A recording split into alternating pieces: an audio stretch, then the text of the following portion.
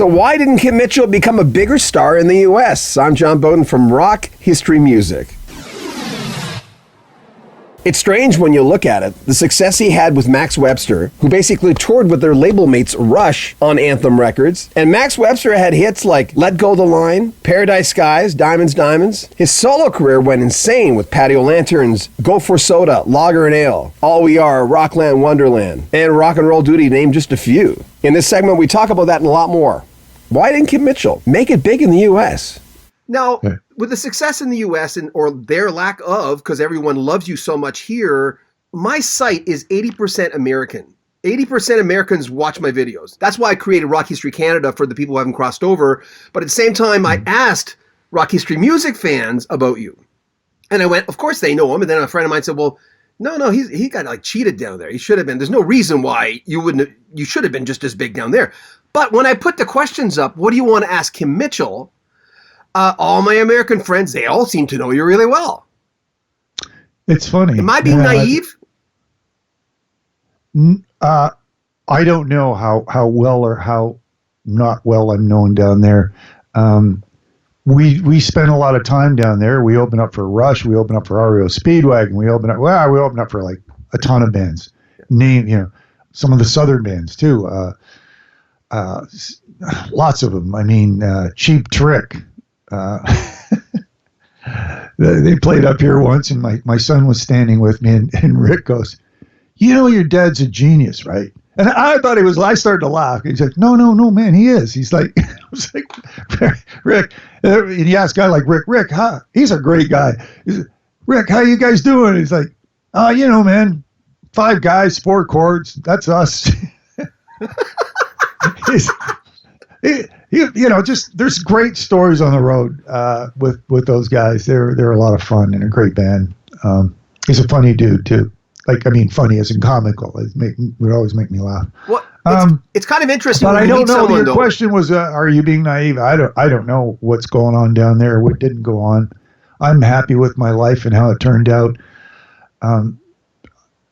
Some people ask me that, and I go, I'm really proud of the success I didn't have. And that might sound odd, but there's so many successful artists that I scratch my head at, like, what the heck is that? Yeah. Like, there's some great music. There's great music everywhere. Some of the big, huge stuff, it sometimes, I hope I don't say the wrong thing here, feels like it's the big media machine manipulating and, we want this and this is what we're after. And these artists go, yeah, we'll deliver this. They're in the music business. Yeah. To me, I've always just kind of went, even a song like Easy to Tame, which had a country feel. Oh, there's something. I'm gonna get on that and ride it. And it was all about just bringing a song to its natural conclusion for me, and then I'd walk away from it and leave it, and that's it. It was never. I was never trying to chase a trend or what's so. Whatever success or whoever knows me, my music, and likes it, thank you, and I'm proud of that. But I'm proud of, I don't know.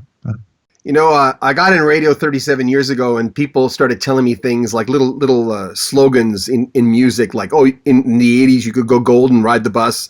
And every musician says their new stuff is their best. But in this case, I listen to this. My wife says, who is that? And I told her it's Kim Mitchell. She said, oh my God, it's a beautiful song. I mean, we all know, let me interrupt you for a second. And we all know there are a lot of rockers. No, I'm not going to mention anybody, but sometimes I'll get a new album from a classic rocker and I really want to love it. And God bless them. But I'm going, you sound like you're on top of your game, man. Thank you. That's quite the compliment. It really, really is. Because I don't know. We just do what we do. And I try and play it. I try and play below my waist, I try and get them. Everybody's like, "Oh, don't make music from here. Make it from here." I'm like, "No, don't make it from here. Make it from below the belt line." That's where the hip sway is. Yeah. Music is all about hip sway and groove and emotion. So But thank you. Those are amazing compliments. Very humbling. When you're doing it, just your head's down and you're just working on the stuff and trying to get it to where you love it.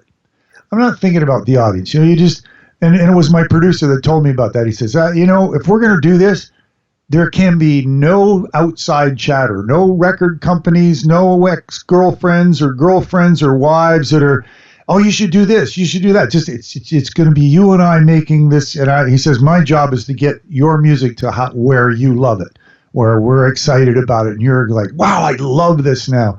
And that's all we're doing. So. The Big Fantasize is the name of the new album coming out in November from Kim Mitchell. We talk about that. Make sure you comment on our video, subscribe to our channel, and share our videos. There's more clips on Kim Mitchell on our Canadian channel. Links in the description. Rock History Canada. Also, links in the description where you can buy a t-shirt to help support our channel. I'm John Beaudin. This is Rock History Music.